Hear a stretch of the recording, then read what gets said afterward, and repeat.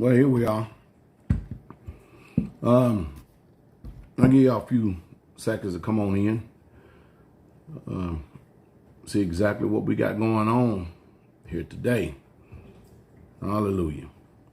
I'm going to change that. I know it says Sabbath service. I didn't get to change it a little bit here. I know the title says Sabbath service 10/17/20. I'll change it a little bit later. I should have changed it before I got started, but I'm still a rookie at this and I am learning. So just bear with me, okay? Bear with me. Got just a few things I want to shout out with us here this morning. Shalom and blessings to each and every last one of you. Going to talk about just a few things briefly here, especially about the political climate that it seems to be going on right now. Don't worry about my little strobe light right here. I got a few lights that's going out and they just decided to go out right when I decided to actually stream live. Isn't that amazing? All right, bless each and every last one of you. Go ahead and send the APB out and let everybody know that Pastor Dowell is on here for a second. I want to talk about a few things here, all right?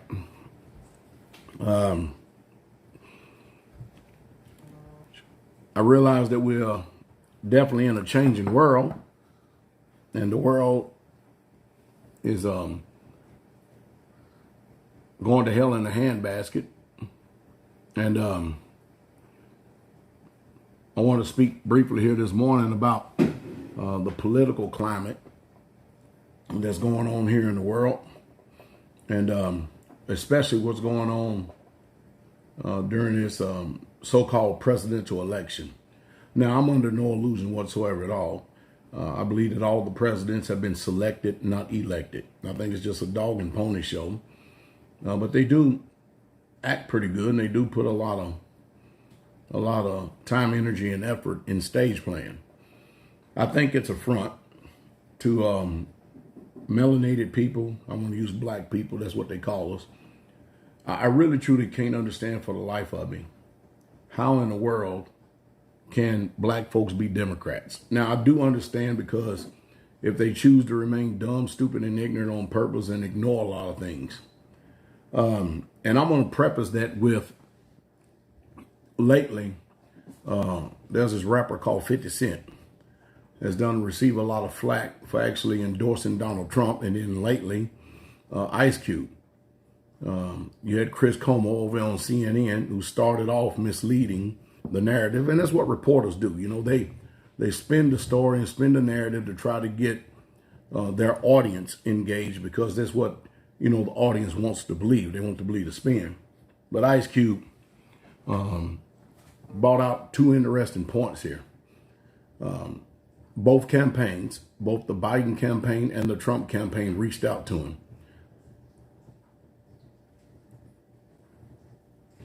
The Biden campaign and the Trump campaign. Now, the Trump campaign, from what I can ascertain, is that they actually wanted to speak about and talk about the condition and the plight of the melanated people and the wage gap, the wealth gap in this country. The Democrats, business as usual, will talk about it after the election. That means if they get selected or if they get elected in, it's never going to visit the table. And I don't understand how in the world, for the life of me, that people in this country really believes that Kamala Harris, and knowing her record, a betrayer of her own people, and she's not a melanated woman or a black American. She comes from the country of India. That's where she is, or where she's from. And with all the rhetoric and lies, I mean, to me, I'm disappointed that this is the best people that they can assemble. Now, Trump is considered to be an outsider, okay? He's considered to be an outsider, and he's shaking up the so-called political climate that has always been. Now we got the Bidens under fire, because while CNN and all the Democrats try to pass on as Trump with all this Russian collusion and stuff, comes to find out that Joe Biden and his son is the one that's in all this Russian stuff. And so sooner or later, you know, this dog and pony show has got to stop. It's got to finish one day. It really, truly does. But it ain't going to stop no time soon, not at least till the king comes. Now, for another spin is, you know, everybody's making a big deal about this COVID-19 stuff, right? COVID-19, COVID-19. Well, anyway, Melania Trump ends up contracting COVID-19. All right. And while getting COVID-19, she came out publicly and told the people that she's going to take the natural route, vitamins, minerals, all that good stuff. Stuff like that. Bless all of y'all. And in taking vitamin and minerals and stuff, she's going to go against conventional medicine. Now, that's going to really upset the apple cart because the New World Order's agenda is trying to vaccinate everybody as quick as they can. They're trying to pump them up with snake venom and monkeypox and make them a bunch of mind-drooling, idiotic people today. I'll be surprised nowadays, outside of the faith, if I can ever meet an intelligent black person, melanated person that can actually use critical thinking and independent thought. And I'm taking the same position as Ice Cube. Hey, look, I ain't for nobody, but I'm going to talk to whoever wants to talk to me. But it's hard to ignore the facts of what you see is going on. There's a lot of accusations and a lot of things thrown out there. And the people accuse me. Can you believe that people accuse me of being a racist? And with all of the Caucasians and the mixed nations that we have, not only on the community, but in the ministry itself, that means just because somebody's saying something, just because their mouth is moving, that doesn't mean it's a fact. That's just that their mouth is just moving. Is that making any sense? So just because your mouth is moving doesn't mean that your comments are valid. People, I've learned that if they have an offense, there's a cancerous offense that's working in them, they usually speak from that offense rather than from facts. And if that fence is running deep, they'll come up with all type of incoherent, irrational thoughts, irrational comments, irrational perspective and point of view, all because they're offended and they can't have an intelligent dialogue. And it's just sad, given the situation that we find ourselves in this country. So I'm hoping that some way, somehow, is that people would start using self-autonomy today and start thinking independently. Really, really, truly get out of the norm of the way that the public food system has trained us, along with the way that higher education, higher learning has done nothing but put you in more debt, and you can't even go out and get a job in your field. They keep touting to us over and over again about the jobs, and how the jobs are all up in. Look, they're inflating the numbers. These jobs are not there. These jobs are simply not there. If Joe Biden and Kamala Harris was to get back in office, it's going to be business as usual. We're going to be selling the country down the tube and hop to China as normal. We're going to be giving free rides and a lot of money that we don't have. We're already bankrupt as a country. We're going to be giving it all out to other countries in this world and stuff. And I tell you, it's when you look at that side of it, and mind you, I'm not in any way, shape, fashion, form trying to be political. I'm trying to just throw some facts out there, all right? But it's disturbing to me. Now, where are we supposed to be at as a people today? Our center of attention and focus is to continue to keep growing in grace and knowledge, continue to keep getting closer to the Most High, and investing in ourselves. Don't invest in America. Invest in yourselves. America has not invested in you. All they have given you is debt. All they have given you is hell. And I just got finished reading a news article before I came on here that is just show the midst of this COVID-19 that there's an extraordinary amount of Americans. I think they threw out, I don't even want to quote the number right now, but actually being evicted, homeless, being thrown out on the streets. And now you got Nancy Pelosi and Wolf Blitzer on CNN going at each other's throat because Wolf Blitzer decided to actually cross the line, and he picked a fight with a viper right there, asking about this stimulus package. And of course, the Democrats are playing politics on it too. They don't want to turn around and give stimulus money out to the American people, not before the election, because it's going to make Trump look good. And if it's going to make him look good, you people got to suffer until then. Now, they'll probably do the stimulus package when they realize that the Republicans are going to win the election again anyway. And of course, you watch the lynching, the same lynching that they gave Clarence Thomas. They went very easy on this new woman that they have elected, or they're going to elect, to the Supreme Court. in place of Ruth Bader Ginsburg. I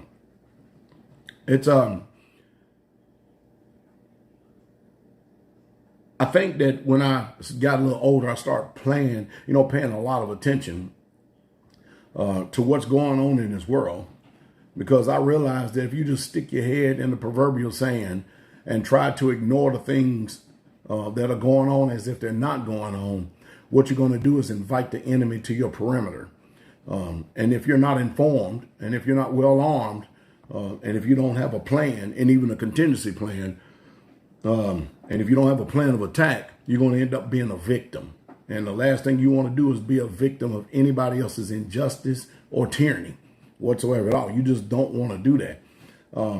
Changing thoughts here for a second. It is an honor to be able to receive communique from people who have listened to me over the years and are now thanking me, even though they don't follow the ministry, but they're thanking me. I had somebody send me $1,000. Not because they're in the ministry or in the faith. They said that they took my advice of getting out of debt, getting out of the city, go find you an acre or two of land in the country, build your own homestead, and invest in that. They've taken that advice, and I got a long letter sent to me thanking me just for being obedient and actually doing that. They have so much peace. They have more food stored in what they could know. They actually have wealth, meaning money. They have at least, I think there was 8 months of savings up that they could be able to survive it easily financially 8 months if the system collapsed. And they continue to keep working on more. And, they got their heads together and they still watch me. They still listen to me on YouTube, every single video.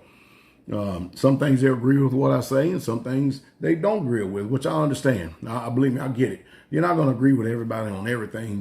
The intelligent thing is to take that which suits you, take that which fits you, and take the truth more than anything, especially concerning the faith. Test it, weigh it, check it out. And of course, you have to be in the truth and to be in the faith in order to be able to have a position where you can test and weigh and figure out what the world's going on, and then make a proper choice and decision and see how it's going to benefit you in your lifestyle. If your choice and decision is going to keep you in the same place that you've always been for the last 20, 30 years, or 5 years or 10 years, then you realize you made the wrong choice and decision, and all you're doing is just like a truck in the mud, is just spinning your wheels. And you don't want to end up doing that. You want to end up being intelligent and living like no one else can live. Now, don't get me wrong. I realize that blindness is in part to Israel. I do realize that most people, that they're so used to their cardinal natural way that they don't understand that I've been where they are, but they haven't been where I'm at. I have been where they are, but they haven't been where I'm at. So it's hard for them to comprehend and understand my speech. It's hard for them to even square what I'm trying to say today, because they are stuck in an entitlement, poverty, welfare mentality. And they're just going to continue to keep on going out and going to work and laboring. And as soon as they get their check, the majority of it's going right to somebody else rather than your own homestead. And I want to preface that with somebody who tried to tell me the other day and said, well, Pastor Dowell, that's easy for you to say. Look where you already at. Well, first of all, number one, I don't understand how people just use selective amnesia whenever I'm doing videos, and they just target certain phrases and statements, and they totally ignore everything that I said. I said that I started with nothing, zero. And to make sure I started with nothing, I sold everything, just like the Bible says. I know that's not preached and taught in your churches and your camps and in your religion or your faith. I know it's not there, but Yeshua, Jesus taught it, and the apostles taught it. I did it, and it's always boded well for me. Now, I had to do something that Americans don't like doing nowadays. I had to work my ass off. I literally have had to work my ass off. And again, I'll do it again. I'm one of the few pastors up here that you will see that has some of these things on his hand. I'm one of the few pastors that you will see. And this is not even my dominant hand. This is my left hand. This is my right hand. So I'm one of the few pastors that you will see that have those calluses on his hand, because I literally work, and I have worked and worked my rear end off. And so it's an offense that people would turn around and make excuses because of the ignorance and the darkness that's within them, and continue to keep making excuses, and they're not going to end up getting any better. They're going to stay in the same old place. And I often tell my leaders, hey, the people are only going to go as far as you go. If you don't lead by example, my leading by example, like this home I live in right now, it's a little over 2,000 square foot, 3-bedroom, and I've turned things into office and storage rooms, but and it's got 2 bathrooms. All right, nice size living room and kitchen. I built those cabinets that you see is right behind us. I laid almost every single block in here. Myself and Elder Doug framed up inside his home. Me and some brothers, we framed up and built that roof. That's a Hip Valley roof. What a roof for me to start off on, huh? Then I realized that all the math that I was ignoring in high school and stuff, you can't even build a building without it. I laid this particular wood floor right here. I literally have built this home with my own hands. And most people are going to continue to keep sitting back in this dumb stupor and this ignorance at the end, expecting for somebody else to come and do it for them. When if you don't lead by example, leading by examples mean you are out there leading the charge. I can't expect for nobody to be motivated on this community to lay blocks, to work with masonry, which is backbreaking work. If they don't see me doing it, they're not going to be motivated to do it. I can't expect people to get out here and see how beneficial it is for us to be able to frame a house if they don't see the shepherd doing it. If they don't see the pastor out there doing it, they're not going to be emboldened to do it, because you know how the mindset of people work today. It works in a very cancerous way. People are just simply not going to pour much into time, energy, and effort into what they believe to be somebody else's labor, even though they're sharing the benefit. It's utterly remarkable and amazing. It's sad.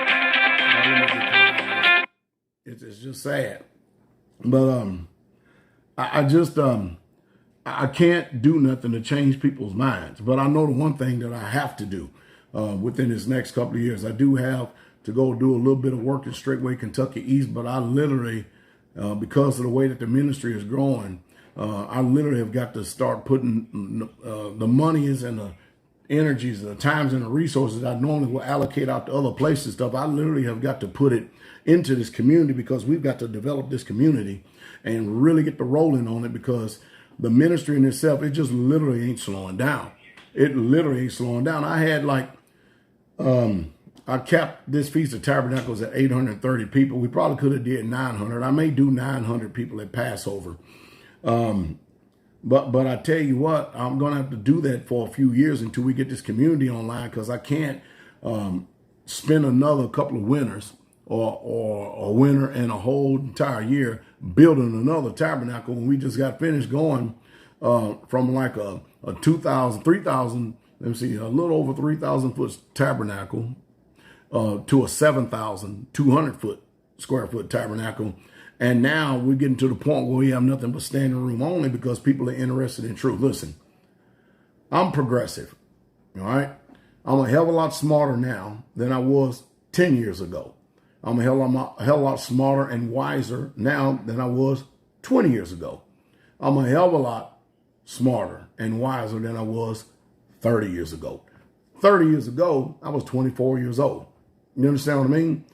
And so I have not wasted my life in any way, shape, fashion, or form. I'll always hope that I have lived in such a manner and in such a fashion, in such a way that it will bring inspiration to people. But I'm going to tell you right now, if you do not be the example and the people, because of the way that their mind is, if they don't see you out there getting your hands dirty, if they don't see you out there putting your hand to the plow, they don't see you literally doing it and learning it, they're not going to be emboldened to do it. I'm sorry. That's just humanity. That's just the way human nature is. They just simply are not going to be emboldened to do it. They just simply ain't going to do it because they have no motivation.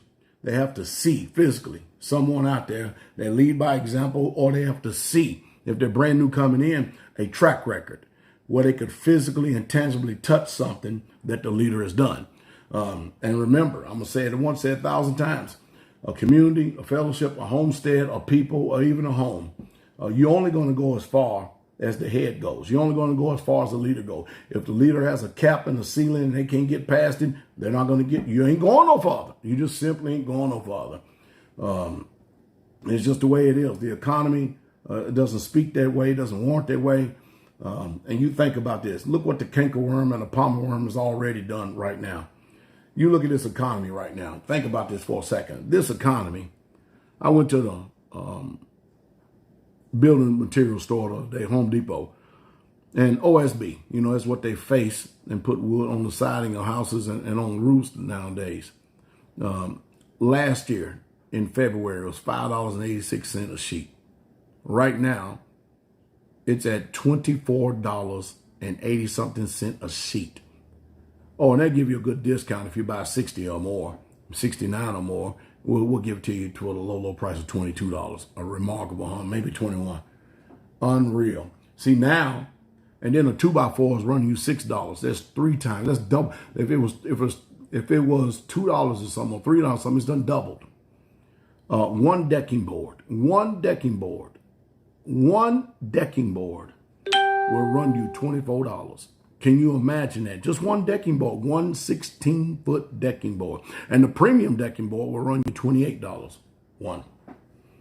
Law of supply and demand, huh? That's coronavirus for you, allegedly. You think about that. So now it's got to the point to where it's cheaper to build with block, concrete. You know, that back-breaking hard work. It's harder, it's easier and cheaper to build. Well, it's cheaper to build with that. It ain't easier than it is with wood. So if you thought about that you was going to turn around and you was going to build with wood, you better change your mind real quick, because you ain't got enough money to build with wood, because everything that you buy is going to be 3 times the amount. I mean, the average decking board was running $7. Now it's done tripled in value. Isn't that amazing? Done tripled. Well, doubled in value from $7 over to $21. It's just unreal. There's no way. There is no way you can keep up with what's going on. Wages are low. Money that's coming in is low. And the prices of everything is getting higher and higher and higher. Well, anyway, I got a lot of work I got to do. I can't do a lot of work if I'm sitting here making videos. Just thought I'd come on here just for a second. Not only to get more familiar with this platform right here, but just to speak with you this morning about the things that are going on here in this world. I got to get some closure. Got to get some of these irons out of the fire. I hope I said something to stimulate thought. I hope I put a defibrillator, spiritual defibrillator, on some people's mind. And I hope that you're really, truly listening and giving your undivided attention, and that you will grow in favor and in knowledge of the truth. I want y'all to have a wonderful, wonderful, wonderful day. All right? Shalom, shalom, shalom. King coming.